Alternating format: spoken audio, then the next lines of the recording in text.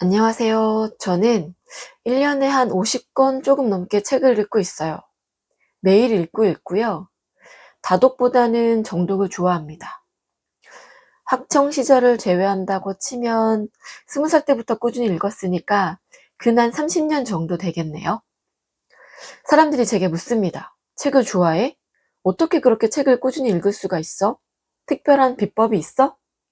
네, 비법 있습니다. 그 비법을 여러분과 함께 공유하고자 합니다. 여러분, 나 오늘부터 책 읽을 거야. 올해는 무조건 10권 이상 읽는다. 아니, AI 시대의 이 넘쳐나는 정보 속에서 끌려다니지 않으려면 책을 읽어야 된대. 그래서 수도 없이 결심하는데 막상 책을 펴고 책장을 넘기면 그 한 장을 넘기는 게 사실 벽돌을 드는 것보다 무겁죠? 책 페이지만 열면 갑자기 핸드폰이 수시로 울려대고 책상에 흐트러진 물건들이 막 눈에 거슬리기 시작합니다. 조명이 어두운 것 같기도 하고 방금 힘겹게 읽은 페이지가 기억이 나지 않아요. 이래가지고 될까? 도대체 어떻게 해야 책을 읽을 수 있는 거지? 궁금하신 분들이 있다면 이 영상을 끝까지 봐주시기 바랍니다. 제 비법은요. 일단 첫 번째는 그냥 닥치고 있는 겁니다. 뭔 소리야 싶죠? 책은 쇼츠보다 재밌지 않아요. 순간적인 도파민으로 승부를 본다면 책은 정말 최악의 취미인 것 같아요. 그걸 기대한다면 애초에 목적이 잘못된 것이죠. 우리가 기대하는 건 순간의 재미가 아니라 긴 호흡의 지혜와 힘이잖아요. 그러니까 일단 여러분 버티세요. 토마스 제퍼슨 고등학교라는 미국의 유명한 고등학교가 있습니다. 그 학교에는 매일 작문 과제를 제출하는 OR이라는 평가가 있어요. 아주 두꺼운 책을 읽고 그 내용을 요약해서 제출하는 과제인데요. 학생들에게는 정말 고역이 아닐 수가 없지요. 왜 이런 과제를 학생들에게 주는지 물어봤어요. 그러자 학교의 대답이 이렇습니다. 이 학교의 졸업생들은 장차 미국의 유명한 대학을 졸업하고 각 사회에 진출해 리더가 될 사람들입니다.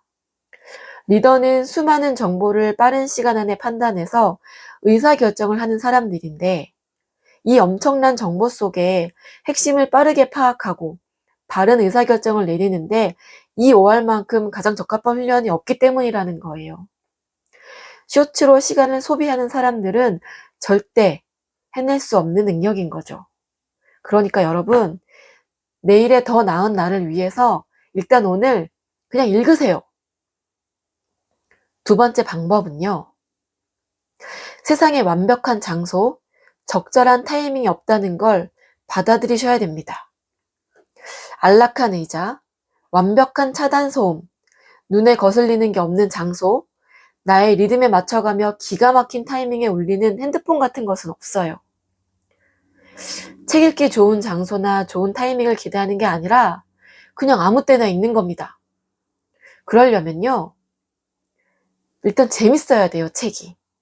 내가 흥미있는 분야에서 시작해야 됩니다. 여러분은 뭘 좋아하세요? 지금 떠오르는 그 분야의 바로 그 책을 읽으세요. 세 번째는 배경 지식의 문제입니다. 아무리 봐도 무슨 말인지 모르는 경우들이 많죠. 소설처럼 그나마 편하게 읽혀지는 책은 기초 상식이 없어도 읽혀지는데요. 비문학 같은 경우에는 기본적인 배경 지식이 있어야 이해되는 경우가 굉장히 많습니다. 그런데 이 배경 지식은 어느 날 갑자기 쌓이는 게 아니라 읽어낸 책들이 쌓여야 생기는 거예요.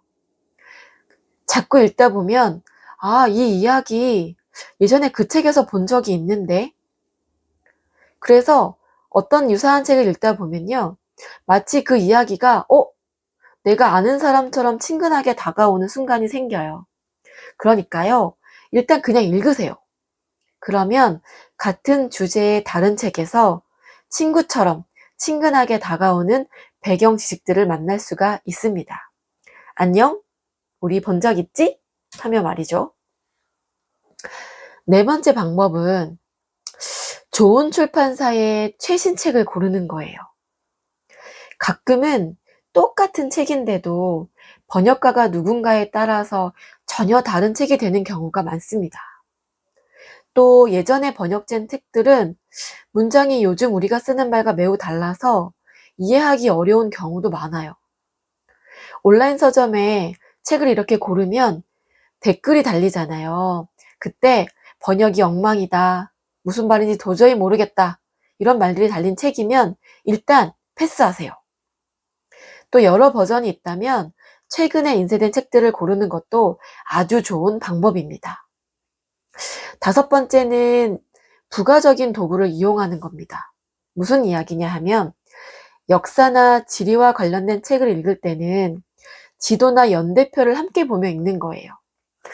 이 책은 제가 스탈린의 서재라는 책을 읽을 때 만든 연대표인데요.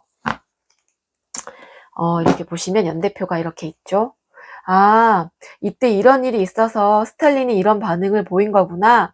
아, 이때 이런 일이 있어서 이런 시대적 배경이 있는 거구나. 이런 것들을 알고 보면 훨씬 더 책이 재미있어집니다. 지도를 볼 때도 마찬가지예요. 아, 이 나라에서 저 나라로 뭐 배나 마차를 이용하면 시간이 되게 오래 걸리겠네? 그래서 주인공이 저런 표현을 쓸 수밖에 없었겠구나. 이런 배경이 생기면 책이 훨씬 재밌어집니다. 제가 자주 보는 부가적인 책 중에 하나가 바로 이 사회과 부도입니다. 이 책은 우리 학교 다닐 때 학교에서 한 부씩 나눠주잖아요. 저는 학교 다닌 지가 꽤 오래돼서 이 책은 이제 저희 아들이 고등학교, 중학교 다닐 때 받았던 책을 제가 모아놨어요. 그래서 다른 어떤 지도나 역사 책을 볼 때 이 사회과 부도를 참조합니다. 굉장히 재미있는 그림도 많고 또 이런 지도도 많아서 그 지도와 관련되거나 역사와 관련된 책을 읽을 때 굉장히 도움이 됩니다. 이거 말고도 지도와 관련된 책들은 또 굉장히 많이 있어요. 사실 책 자체를 읽어내는 힘을 기르는 건 이 시대에 정말 중요한 능력이라고 생각해요. 읽어내는 사람이 점점 줄어들고 있잖아요. 그럴 때 긴 내용을 읽고 중요한 것이 무엇인지 빠르게 가려낼 수 있는 능력은 정말 중요한 차별점이 될 겁니다. 경험해보지 못하고 접해보지 못한 다양한 지식을 쌓는 일에 책만큼 가성비 좋은 도구는 드물다고 생각해요. 여러분도 우리 이 책을 통해서 함께 성장하는 그런 기회가 되기를 바라겠습니다. 감사합니다.